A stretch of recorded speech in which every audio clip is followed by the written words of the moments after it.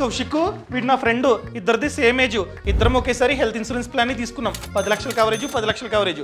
కానీ వీడికేమో yearly premium 7,000 పడింది, నాకేమో 10,000 పడింది. ఎందుకు? ఒకసారి ఆ పాలసీ డాక్యుమెంట్స్ ఇవ్వండి. ఇదిగో ఇదా మ్యాటర్.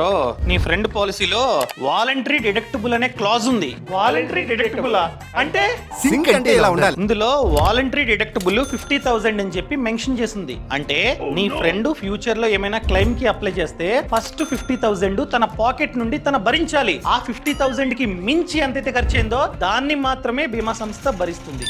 ఎగ్జాంపుల్ గా 5 lakhs ఖర్చయిందనుకో, ఫస్ట్ 50,000 నీ ఫ్రెండ్ భరించాలి. రిమైనింగ్ 4,50,000 ని మాత్రమే ఇన్సూరెన్స్ కంపెనీ భరిస్తుంది. ఈ క్లాజ్ ఉంది కనుక జనరల్ గా ప్రీమియం కాస్త తక్కువ ఉంటుంది. ఇలాంటి పాలసీలకి ఎంత తక్కువ ఉంటుందంటే 20 to 30% చీపర్ గా వస్తుంది అనమాట. అందుకనే నీ ఫ్రెండ్ ప్లాన్ 7,000 గా వచ్చింది, నీది 10,000 ఖర్చయింది. అర్థమైందా? నాకేం బాధలేదు, అయితే నాకు ఫుల్ అమౌంట్ కవర్ చేస్తుంది, వీడికే రాదు.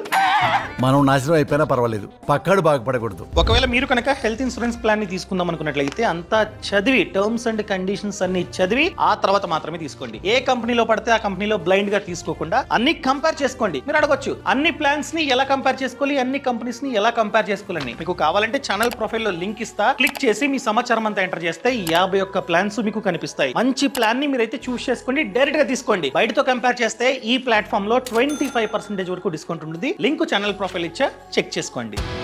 బాస్ వాలా, బీ ద బాస్.